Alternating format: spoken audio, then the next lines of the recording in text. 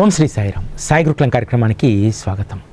కలియుగంలో సత్పురుషులు చేసేటువంటి మేలు మరెవరూ చేయరు.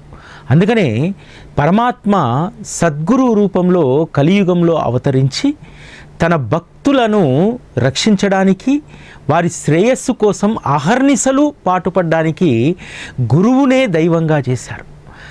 గురువే దైవంగా మారినటువంటి ఈ కలియుగంలో భక్తుడి యొక్క శ్రేయస్సు, వారి రక్షణ ఎంత శీఘ్రంగా గురువు చేయగలుగుతాడంటే, గురువుకు ఉన్నంత ప్రేమ భగవంతునికి ఉండదేమో భక్తుడిపైన అనిపిస్తుంది. భగవంతుని గురించి మనం మాట్లాడుకుంటాం. భగవంతుని యొక్క నయనాలు చెవుల వరకు ఉంటాయని చెప్పి, కానీ సత్పురుషుల యొక్క నయనాల యొక్క దృష్టికి అంతం ఉండదు. అదేవిధంగా భగవంతుడు అందంగా ఉంటాడు. సత్పురుషులు ఆత్మ సౌందర్యంతో ఉంటారు. తన భక్తుల్లో కూడా ఆత్మ సౌందర్యాన్ని నింపడానికి నిరంతరం సత్పురుషులు పనిచేస్తూ ఉంటారు. భగవంతుడు మనం ఎలా భావిస్తే భక్తుడికి అలా ప్రాప్తిస్తాడు. కానీ సత్పురుషుల యొక్క లక్షణం ఏమిటో తెలుసా? ఎవరైతే నిందిస్తారో వారిపైన కూడా దయ కలిగి ఉండడం సత్పురుషుల యొక్క నైజం. అందుకనే ఈరోజు కలియుగంలో మనందరము కూడా సద్గురు శ్రీ సాయిబాబా రక్షణలో మనం సురక్షితంగా ఉండగలుగుతున్నాం. వారి యొక్క కృపా దయ అర్థం చేసుకోవాలంటే వారి మహాసమాధి ప్రస్థానాన్ని మనం లోతుగా విశ్లేషించుకోవాలి. భక్తులను ఉద్ధరించడానికి ఏ విధంగా అయితే బాబా వేప చెట్టు కింద వారి ప్రస్థానాన్ని ప్రారంభించారు, వారి యొక్క సమాధికి సంబంధించినటువంటి స్థలాన్ని కూడా వారే ముందుగా ఎంపిక చేసుకొని బూటీ భవనాన్ని నిర్మిస్తున్నటువంటి సమయంలో బూటీకి ఆలోచన కల్పిస్తారు. సాధారణంగా బూటీ తన భవనాన్ని తాను కట్టుకునేటువంటి వారు, భక్తుల యొక్క వసతి కోసం 4 రూములు ఏర్పాటు చేయాలనేటువంటి ఒక ఆలోచనతో అది ప్రారంభమైంది. కానీ ఒకరోజు బూటీలో కలిగినటువంటి ఆలోచన, మధ్యలో శ్రీకృష్ణుడి యొక్క మురళీధరుడి యొక్క విగ్రహాన్ని స్థాపించడానికి భూగృహంతో కూడినటువంటి ఒక ఆలయాన్ని నిర్మించాలని చెప్పి అనుకుంటాడు. ఆ ఆలోచన రాగానే వెంటనే అది మాధవరావు దేశపాండేకి చెప్పడం, మాధవరావు దేశపాండే చెప్పగానే బాబా వెంటనే ఇదే సుముహూర్తము కొబ్బరికాయ కొట్టు శ్యామ అని చెప్పి కొబ్బరికాయ కొట్టించినటువంటి సందర్భంలో బాబా చెప్పినటువంటి ఆ 4 మాటలు, మనందరం బాలగోపాలులం, అక్కడ కాలం గడుపుదాం, ఇక్కడే కూర్చొని సుఖదుఖాలను ముచ్చటించుకుందాం, పిల్లలకు ఇక్కడే మనశ్శాంతి లభిస్తుంది అని అన్నారు. ఈరోజు అది సత్యమైంది.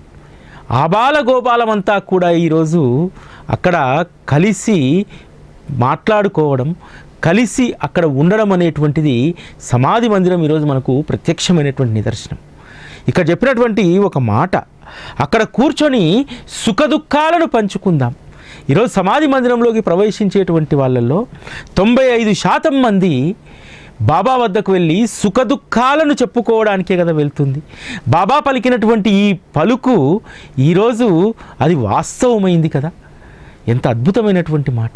ఇక్కడ మనందరం కలిసి కూర్చొని సుఖదుఖాలను కలబోసుకుందాం. నిజంగా బాబా ప్రతి చర్య కూడా భక్తుడి యొక్క భవిష్యత్తును దర్శింపజేస్తుంది. బాబా యొక్క మహాసమాధి గనక ఆ రోజు ఏర్పడ్డటువంటి వాద వివాదాలతోటి బూటీ మందిరంలో కాకుండా ఇంకొక చోట అది పెట్టి ఉంటే ఈరోజు ఇంత వైభవం ఉండేదా? అది ఎలా జరుగుతుంది? జరగని పని కదా. బాబా ముందుగా నిర్ణయించుకున్నాడు. ఆబాలగోపాలమంతా కలిసి అక్కడ మనం మాట్లాడుకుందాం, మన కష్ట సుఖాలను అక్కడ కలబోసుకుందాం, పిల్లలందరికీ కూడా ఇక్కడే మనశ్శాంతి లభిస్తుంది. ఎవరా పిల్లలు? మనమే. భవిష్యత్ తరంలో వచ్చేటువంటి వాళ్ళందరినీ కూడా బాబా పిల్లలు అనేటువంటి దాంతో ఇక్కడ సంబోధించడం జరిగింది. పిల్లలకు ఇదే మనశ్శాంతిని కలిగిస్తుంది, ఈ స్థలంలోనే వారు శాంతిని పొందుతారు. బాబా ఏ భవిష్యత్తును ఏ విధంగా దర్శించారో చూడండి. ఇక్కడికి లక్షలుగా కోట్ల మంది జనం ప్రతి ఏటా వస్తూ ఉంటారు. వారి యొక్క శాంతి స్థానం ఇదే. సుఖదుఖాలను కలబోసుకోవడానికి కూడా ఇదే స్థానం అని చెప్పి బాబా చెప్పడం జరిగింది. బాబా వారి అవతార ప్రస్థానంలో చూడండి, వారికి నీడనిచ్చినటువంటి స్థలాన్ని వేప చెట్టును గురుస్థాన్గా మలిచారు. సప్త పురాణాలలో ఒకటైనటువంటి ద్వారకామయిని స్వయంగా షిరిడీలో ఆ పాడుబడ్డటువంటి భవంతిలో వారు దాంట్లో కొలువు చేశారు. బాబా యొక్క వాక్కు చేత ఆ పాడుబడ్డటువంటి ఆ ఆవాసము ద్వారకామయి, సప్త పురాణాలలో ఒకటైనటువంటి ద్వారకామయిగా ఆ స్థలం మారిపోయింది కదా. బాబా అన్నటువంటి మరొక మాట, మనందరం కలిసి ప్రాతివాడలో ఉందాము, అక్కడే కష్టసుఖాలను కలబోసుకుందాం అన్నటువంటి మాట ఈరోజు వాస్తవం కాలేదా? షిరిడీలో ఉన్నటువంటి ఈ 3 స్థానాలు గొప్ప శక్తివంతమైనటువంటివి. సప్త పురాణాల్లో ఒకటైనటువంటి ద్వారకామయి, ఈ సృష్టికి ఆది అంతమైనటువంటి గురువు స్థానం కూడా అక్కడే ఉంది. ఈ కలియుగ దైవం యొక్క దేహం సేద తీరుతున్నటువంటి వాడ అదొక ఈరోజు దివ్య పుణ్యక్షేత్రంగా మారి భక్తుల యొక్క భవభయాలను పోగొడుతూ కష్టసుఖాలను కలబోసుకొని కష్టాలను వదిలేసి సుఖాలతో మళ్ళీ గమ్యస్థానానికి చేర్చేటువంటి పుణ్యధామం ఈరోజు శ్రీ సాయిబాబా సమాధి మందిరం కాదా? బాబా సాక్షాత్తు పరమాత్మ అనడానికి ఇది ఒక్క నిదర్శనం చాలు కదా. మురళీధరుడు ఉండేటువంటి చోట ఈరోజు బాబా కాలు మీద కాలు వేసుకొని మురళీధరుడి యొక్క రూపంలో సమాధి మందిరంలో కొలువు కాలేదా? బాబా నోటికి ఉండవచ్చినటువంటి ఏ వాక్కు కూడా వృధా కాలేదు. ఈరోజు షిరిడీలో రుద్రావర్తనలు, రుద్రాభిషేకాలు, బాబాకు హారతులు, నామ సంకీర్తనలు, ఈరోజు షిరిడీ అంతా కూడా ఒక దివ్యమైనటువంటి పుణ్యధామంగా మారిపోయింది. బాబా శరీరాన్ని వదిలినప్పుడు కొంత భక్తుల్లో నిరుత్సాహం వచ్చినప్పటికీ కూడా, ఎందుకంటే ఆకార రూపంలో చూసినటువంటి వారిని నిరాకార రూపంలో ధ్యానించడం కొంత కష్టమైనటువంటి పనే. అందుకనే బాబా వారి యొక్క సమాధిని మొదట బూటివాడలో ఏర్పాటు చేసుకున్నారు. ఆ తర్వాత జరిగినటువంటి వైభవం అంతా మనకు తెలుసు కదా. ఆ తర్వాత విగ్రహ ప్రతిష్టాపన, ఈరోజు అక్కడ పూజా కార్యక్రమాలు, హారతులు, ఉత్సవాలు కన్నుల పండుగగా ఈరోజు షిరిడీలో మనం చూస్తూ ఉంటాం. ఎక్కడా జరిగినటువంటి ఘనమైనటువంటి సమాధి ఉత్సవం కూడా రేపు దసరా రోజు అక్కడ జరగబోతుంది. ప్రతి ఏటా కూడా బాబా సమాధి ఉత్సవాన్ని అంగరంగ వైభవంగా మనం జరుపుకుంటాం. ఎందుకంటే బాబా శరీరాన్ని ధరించడం ఒక నాటకం, శరీరాన్ని వదలడం కూడా ఒక నాటకం. ఈ నాటకంలో మనందరినీ కూడా పాత్రదారుల్ని చేసి వారికి మరింత దగ్గర చేసుకొని మన జీవితాలను తరింపజేయడానికి బాబా శరీరం వదిలేయడం అనేటువంటిది కూడా ఒక అద్భుతమైనటువంటి లీలగా ఇక్కడ మనం చూడాలి. బంగారం బంగారమే. బంగారం నగలుగా మారకముందు అది బంగారం రూపంగానే ఉంటుంది. బంగారం అనేక రూపాల్లోకి, అనేక నగల రూపాల్లోకి మారిన తర్వాత ఆ నగల యొక్క రూపము నశ్వరమైపోయిన తర్వాత మళ్ళీ అది బంగారంగానే ఉంటుంది. అంటే బంగారం విలువ ఎప్పుడూ తగ్గదు. అదేవిధంగా బాబా యొక్క ఖ్యాతి మహత్తు శరీరం ఉన్నప్పుడు ఒక రకంగా, శరీరం లేనప్పుడు మరొక రకంగా లేదు. ఆ మహత్తు అనేటువంటిది, వారి యొక్క అనుగ్రహం అనేటువంటిది ఎప్పుడూ ఒకే రకంగా ఉంది. బాబా మహాసమాధి ప్రస్థానంలో ఒక అద్భుతమైనటువంటి ఘట్టం ఏమిటంటే, బాబా సమాధిని బూటివాడాలో ఉండాలని చెప్పి నిర్ణయించిన తర్వాత గ్రామ పెద్దలు, జోగు లాంటి వాళ్ళు, కాకాసాహెబ్ దీక్షిత్ లాంటి వారు బాబాకు ఎవరంటే ఎక్కువ ఇష్టం అనేటువంటి విషయాన్ని వారు గ్రహించగలిగారు. నిజంగా వారు విజ్ఞులు. బాబా వద్దకు వచ్చి అనేక మంది అనేక రకాలైనటువంటి కోరికలు తీర్చుకున్నటువంటి వారు ఉన్నారు, ఐశ్వర్యాన్ని పొందినటువంటి వారు ఉన్నారు, అనేక మంది ఉన్నారు. గొప్ప విద్యాధికుడు అయ్యి ఉండి బాబా యొక్క కఫ్నీ స్పర్శను తగిలిన తర్వాత తన లౌకికపరమైనటువంటి జీవితాన్ని పూర్తిగా వదిలేసి బాబా చరణాల వద్ద కూర్చొని ఏ రోజు ఒక్క విషయం గురించి కూడా బాబాను అడగకుండా, ఏ రోజు ఏమీ ఆశించకుండా బాబా వద్ద ఒక కొడుకు వలె కూర్చున్నటువంటి వారు బాలే బాటే. బాలే బాటేను అందరూ కలిసి అడుగుతారు, బాబా నీకు తండ్రి సమానుడు కాబట్టి వారి ఉత్తర క్రియలు నువ్వే నిర్వహించాలి బాటే అంటే, బాటే బోరున ఏడుస్తాడట. ఎంత అదృష్టం ఉంటే పరమాత్మకు ఉత్తర క్రియలు నిర్వహించేటువంటి అదృష్టం దక్కుతుంది. బాలే బాటే ప్రస్థానం నిజంగా మన సాయి సచ్చరితలో చాలా తక్కువగా ఉంటుంది, ఎక్కడా కూడా కనిపించదు. శ్రీ సాయి సచ్చరితను మనం గమనిస్తే బాబాకు అత్యంత ఇష్టమైనటువంటి బిడ్డలకు దిష్టి తలుగుతుందని చెప్పి వారు చేసినటువంటి సేవను ఒక 4 మాటల్లో 5 మాటల్లోనే రాస్తే అది వారి ఖ్యాతికి సరిపోదని చెప్పి 2 గురించి బాబా అస్సలు రాయనీయరు. హేమాడ్ పంత్కు ఆ స్ఫురణనే రానివ్వలేదు. 1 రాధాకృష్ణాయి, 2 బాలేబాటే. బాలేబాటే గురించి ఒక్క మాట ఇక్కడ రాయబడుతుంది. బాలేబాటే 13వ రోజు వారు బాబా యొక్క ఉత్తర క్రియలు నిర్వహించడానికి సచేల స్నానం చేసి తన చేతి మీదుగా తిలాంజలి అర్పించి బాబాకు మనస్ఫూర్తిగా ఉత్తర క్రియలు చేశారనేటువంటిది నిజంగా ఎన్ని జన్మల అదృష్టం. బాబా సహచర్యం దొరకడం వేరు, బాబా భక్తులుగా మారడం వేరు, బాబా యొక్క దేహానికి ఉత్తర క్రియలు చేసేటువంటి.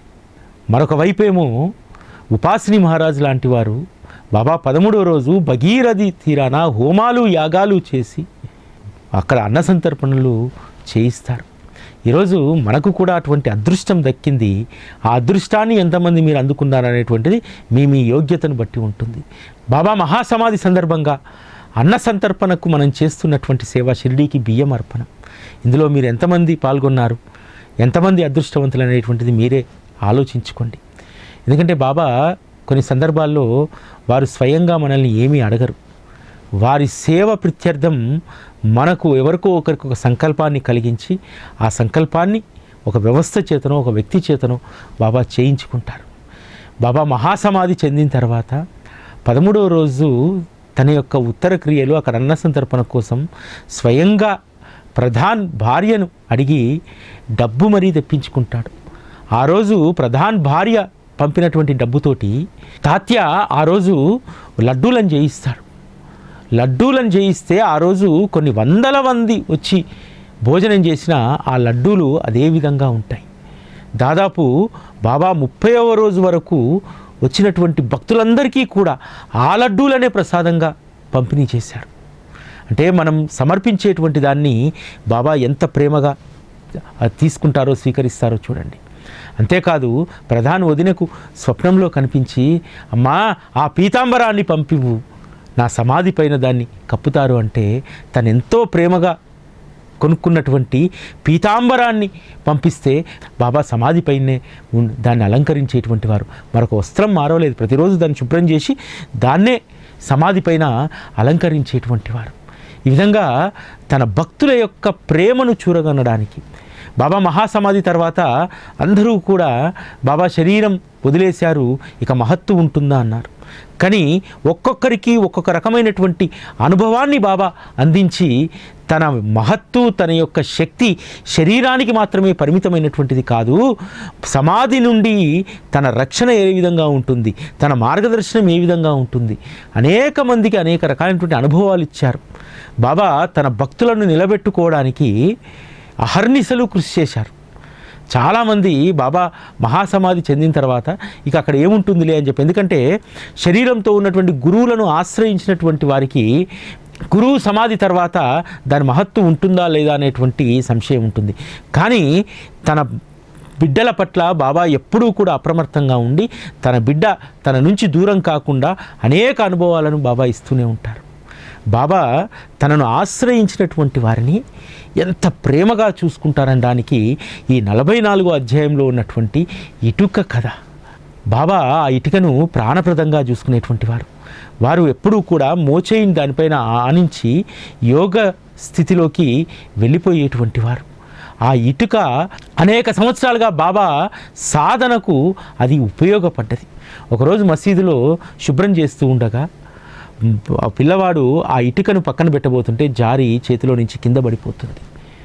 బాబా లెండీకి వెళ్ళి వచ్చి ఇరిగినటువంటి ఇటుకని చూసి ఒక సాధారణమైనటువంటి మానవుడు వలె మనం ఏదో విలువైనటువంటి కోట్ల విలువైనటువంటి వస్తువును కోల్పోతే ఎలా బాధపడతామో, ఇటుక విరగడం ద్వారా బాబా కన్నీరు మున్నీరవుతారు.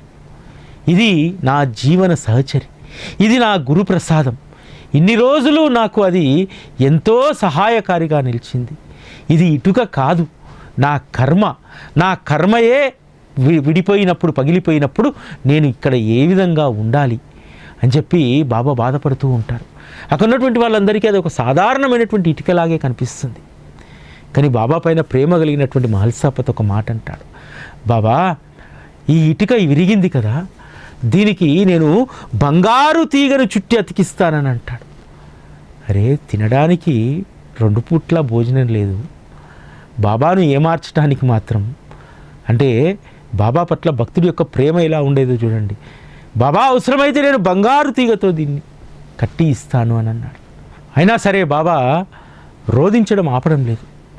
మహల్సా, దీని సహవాసంలో నేను ఆత్మచింతన చేసేవాణ్ణి, అది నా ప్రాణం, నాకు తోడుగా ఉంది.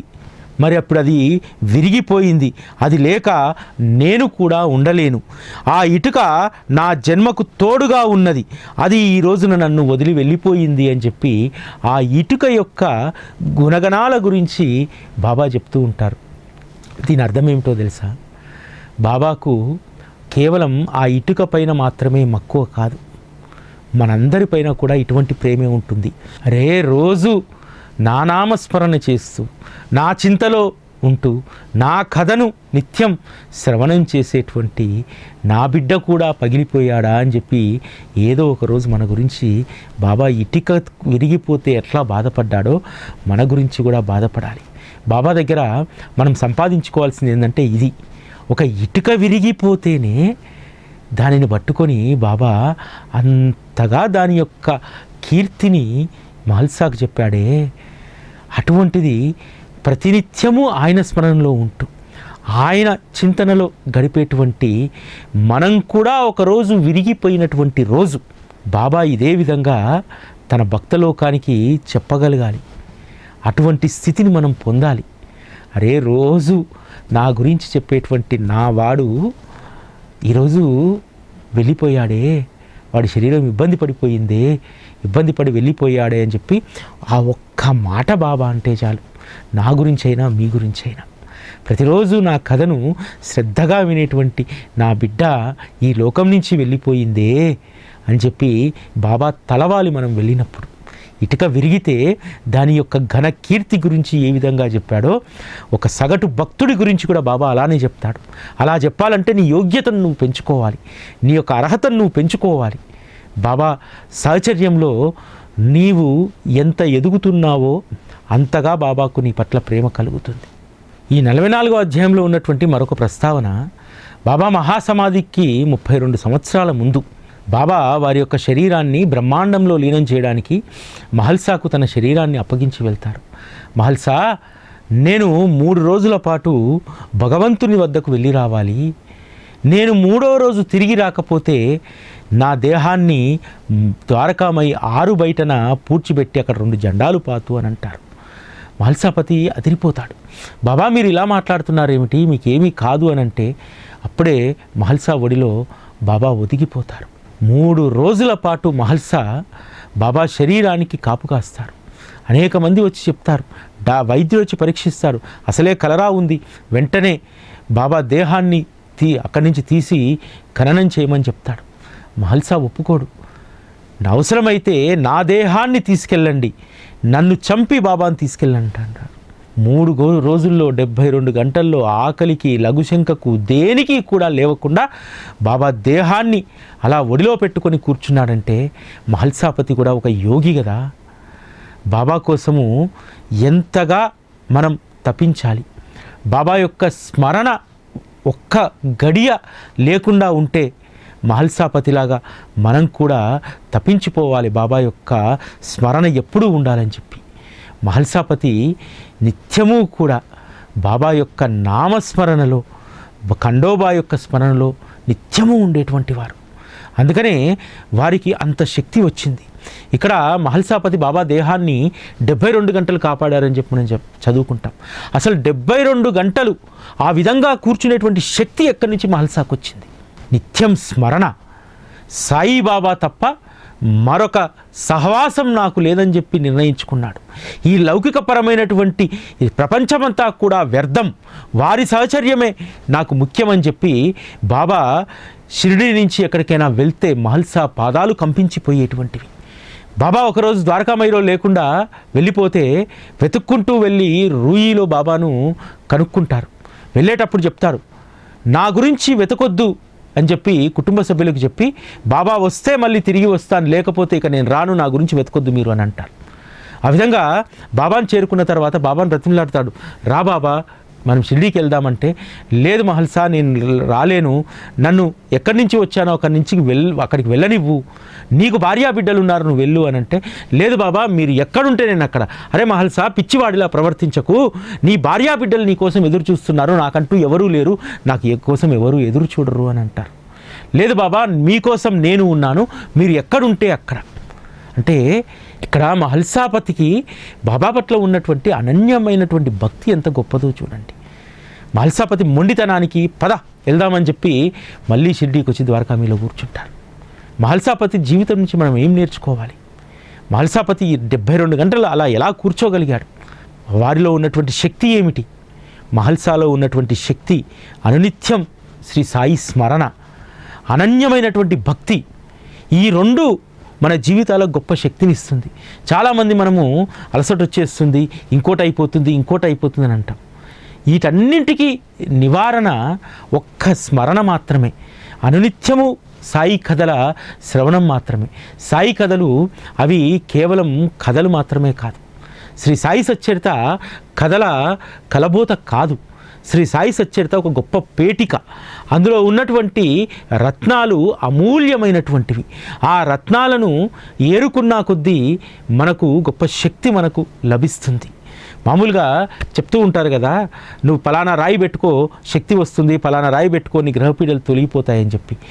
కానీ శ్రీ సాయి సచ్చరిత అనేటువంటి పేటికలో ఉన్నటువంటి రత్నాలను మనం ఏరుకుంటూ ఉంటే అసలు ఏ జాతి రాళ్లకు లేనటువంటి శక్తి, ఏ జాతి రాళ్ళు చేయనటువంటి మేలు ఒక్క శ్రీ సాయి సచ్చరితలో ఉన్నటువంటి ఆ జ్ఞానరత్నాలు మనకు మేలు చేస్తాయి. ఆ విధంగా బాబా సహచర్యంలో మనం శక్తివంతులం కావడానికి ప్రయత్నం చేయాలి. మళ్ళీ శక్తివంతులు అనగానే చాలామంది ఏదో వేషాలు వేసుకొని బాబా మాకు శక్తులు ఇచ్చారనేటువంటి దాంతో తిరుగుతూ ఉంటారు. అవి కాదు. శక్తి అంటే బాబా ఏ విధంగా ఇస్తారంటే నీ జీవితానికి నీకు కావాల్సినటువంటి శక్తి. నిన్ను నువ్వు ఉద్ధరించుకోలేవు, ప్రపంచాన్ని ఉద్ధరిస్తావని చెప్పి తిరుగుతావంటారు కదా చాలామంది. అట్లా బాబా మార్గంలో కూడా చాలామంది తయారవుతున్నారు. మనల్ని మనం ఉద్ధరించుకునేటువంటి సమయము శక్తే మనకు లేదు. ఇతరులను ఏ విధంగా ఉద్ధరిస్తాం?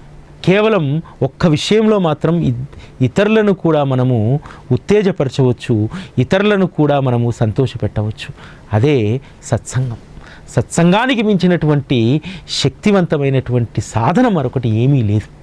ఆ రోజు బాబా దగ్గరికి కూడా చాలామంది అడిగేటువంటి వారు, మంత్రోపదేశాలని అదని ఇదని.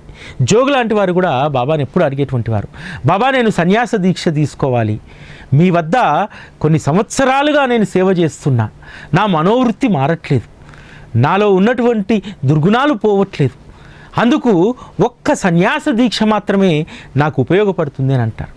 బాబా చాలా సందర్భాల్లో వాయిదా వేస్తూ వస్తారు. ఎందుకనంటే జోగ్కు పిల్లలు లేరు, భార్య ఉంది. భార్య బాధ్యత చూడకుండా సన్యాస దీక్ష తీసుకుంటే మరి భార్య పరిస్థితి ఏమిటి?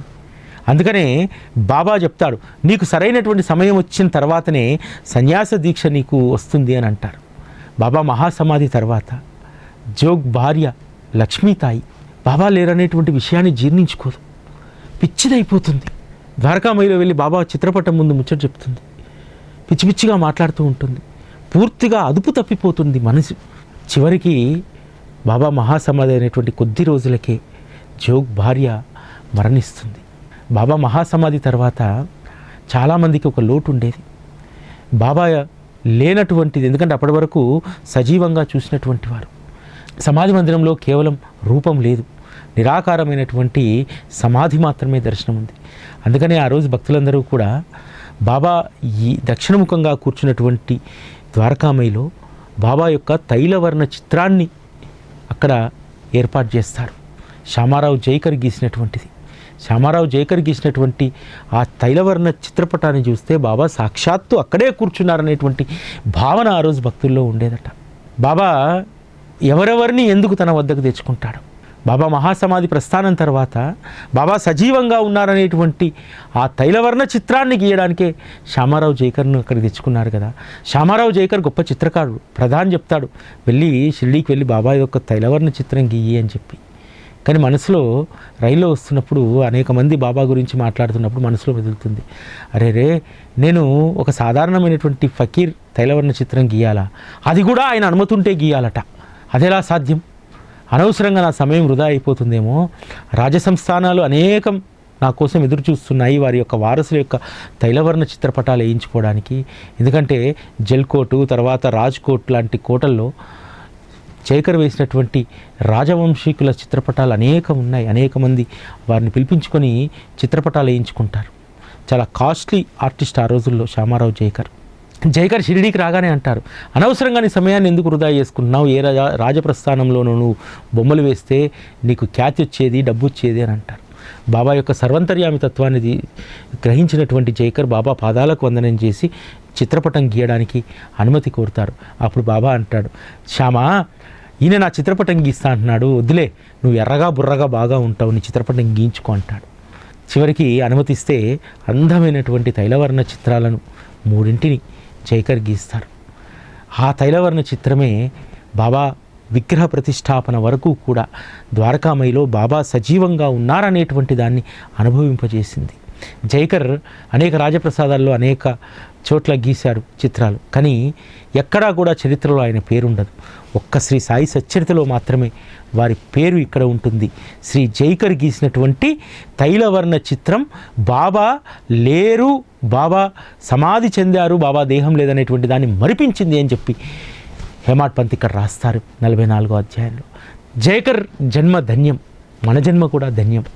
బాబా యొక్క స్వస్వరూపాన్ని చూడలేదనేటువంటి లోటు లేకుండా శ్రీ అన్నాసాహెబ్ దబోల్కర్ హేమాడ్ పంత్ మన కోసం సచ్చరితను మన కళ్ళ ముందు బాబా కదలాడేలాగా మనకు అనుగ్రహించారు. అంత అద్భుతమైనటువంటి సచ్చరితను మనం ఆస్వాదిస్తూ నిత్యము కూడా బాబా మనతో ఉన్నారనేటువంటి భావన మనలో స్థిరంగా నిలిచిపోయింది. ఆ రోజు బాబా మహాసమాధి తర్వాత, బాబా శరీరం వదిలిన తర్వాత కూడా అంత మహత్తు ఉంటుందా లేదా అనేటువంటి సంశయం ఆ రోజు కొద్దిమంది భక్తుల్లో ఉండేది. కానీ ఈరోజు బాబాను మనం దేహంతో చూడలేదు, బాబా యొక్క స్పర్శను మనం అనుభవించలేదు, కానీ శ్రీ సాయి సచ్చరిత ద్వారా వారి యొక్క సాక్షాత్కారాన్ని మనం పొందాం. వారి యొక్క వచనాల ద్వారా వారి స్పర్శను మనం అనుభవిస్తున్నాం. బాబా ఎప్పుడూ సజీవులే అనేటువంటి దాన్ని మనం పరిపూర్ణంగా విశ్వసిస్తున్నాం.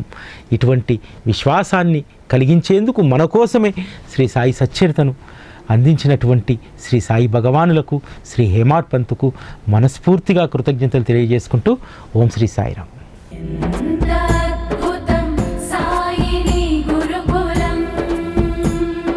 శిక్షణే తప్ప శిక్షలు లేని శరణాగతి సౌదం.